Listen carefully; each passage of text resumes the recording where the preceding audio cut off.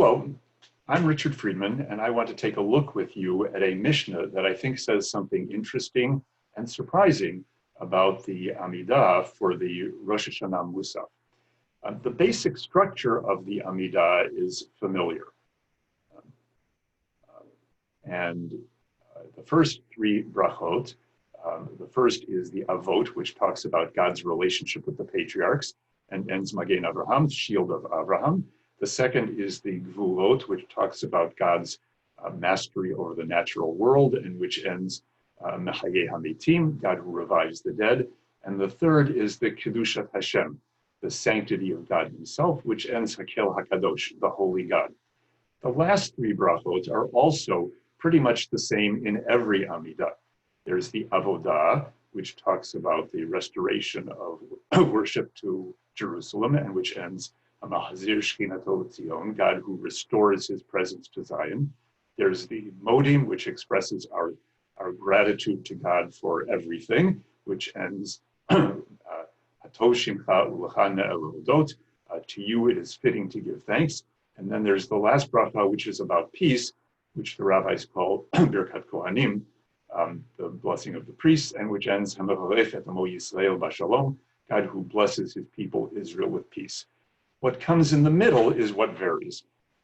In a normal weekday Amidah, there are 13 intermediary blessings, which are petitionary blessings, in which we ask God for various things. On Shabbat and on Yom Tov, those are replaced by a bracha called Kedushat Hayom, the sanctity of the day, and which talks about the specialness of whatever day that is, whether it's Shabbat or Yom Tov. On Rosh Hashanah, that middle Kedushat Hayom bracha is replaced by three brachot. And here, I'm going to look at the second chart, and we're going to look at the right-hand column, which is headed Rabbi Akiva. So this is the practice that we're familiar with. Of these three middle brachot, the first one is Kedushat Hayom, which talks about the special nature of the holiday of Rosh Hashanah. And to add to that, we add the Malchiot verses, which talk about God's kingship. And then we have a shofar blowing. After that, we have a blessing about Zichronot, about God's quality of remembering. And there are 10 Zichronot verses from the Tanakh that we read. And after that bracha, we have another shofar blowing. And third, there is the Shofrot verses, which talk about the blowing of the shofar at Mount Sinai, at the ultimate redemption of the Messianic redemption. And following that, there is another shofar blowing. And then there are the last three brachot, as there are in any Amidah, Avodah, Modim, and Shalom or Birkat Kohanim.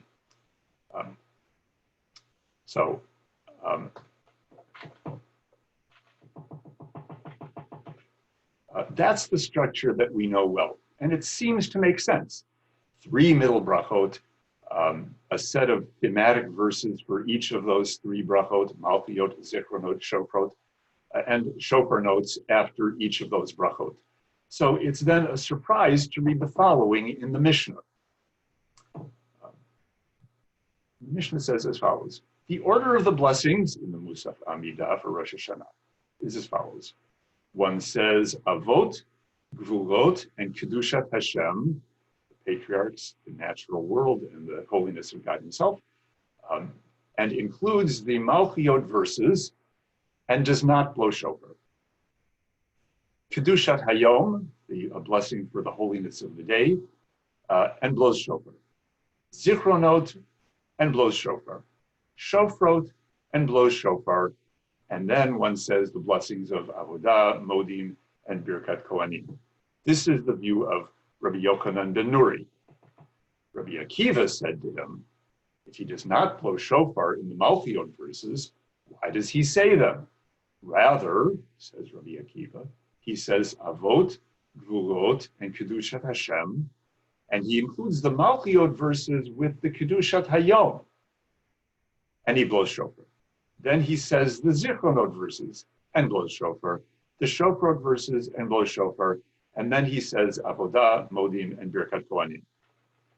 So wait a minute. What is this opinion of Rabbi Yochanan ben Nuri, which I have in the left-hand column here? Why are the Malchiot verses now in Kedushat Hashem? Why isn't there shofar blowing after those verses? Why is there shofar blowing in the Kedushat Hayom blessing, even though there are no verses there? And why are the Malchiot verses separated from the Zichronot and Shofrot verses? But when we think about Rabbi Yochanan ben Nuri's position with a little more attention, it does make a lot of sense. After all, the theme of the Malchut, God's kingship, doesn't seem to have any greater connection with the holiness of the day, with Kedushat Hayom, than does the Zichronot theme or the Shofrot theme. They all are related to the holiness of the day. However, the Malchiot verses seem to be very closely related to the theme of God's inherent Kedusha. So it makes sense for Rabbi Yochanan ben Nuri to say that the Malchiot verses are linked with the bracha of Kedushat Hashem. However, the shofar blowing, there's no particular connection of shofar blowing with Kedushat Hashem, and there really isn't any necessary connection between shofar blowing and Malchiot, Zichronot, and Shofrot. But what does make sense is for the shofar blowing to be connected with the three intermediate blessings which are there because of the holiday. So that's why Rabbi Yochanan ben Nuri keeps the shofar blowing in Kedushat Hayom, even though the Malchiot verses are no longer there. And he puts the shofar blowing also after the Zichronot and Shofrot verses.